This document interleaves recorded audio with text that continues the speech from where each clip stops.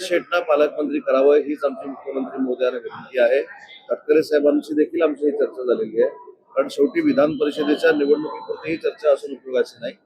दिलेला शब्द पूर्ण करण्याची जबाबदारी ही आमच्या सगळ्यांची आहे आणि आम्ही तटकरे साहेबांसमवेत एकत्र मुख्यमंत्री महोदयांना बोलू, त्यांच्याशी चर्चा करू, विनंती करू. परंतु रायगडची पालकमंत्री पदाची जी जागा आहे ती भरत शेटना मिळावी हीच आमची इच्छा आहे. आणि या बाबतीमध्ये ज्या काही चर्चा झाल्या, या बाबतीमध्ये ज्या काही कमिटमेंट झाल्या, या बाबतीमध्ये ज्या काही शब्द दिले गेले ते आता बिनविरोध जागा झाली म्हणून विसरून उपयोगाचं नाही.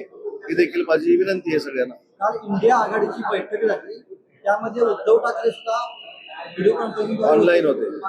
त्यात त्यांनी मागणी केली की पंतप्रधान पदाचा चेहरा स्पष्ट करावा आणि समन्वय ठेवावा, आघाडीमध्ये समन्वय नेमावा. म्हणजे त्यांच्यात असं कोण म्हणाला? उद्धव ठाकरे.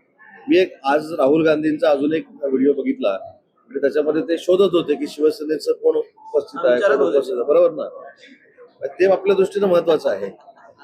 तर ते शोधत होते. त्याच्यानंतर त्यांना कोणीतरी सांगितलं की ते शिवसेनेचे युबीटीचे जे नेते आहेत ते करोनामध्ये जसे ऑनलाईन होते तसं आजही करोना न गेल्यासारखं ते ऑनलाईनच असणार आहेत.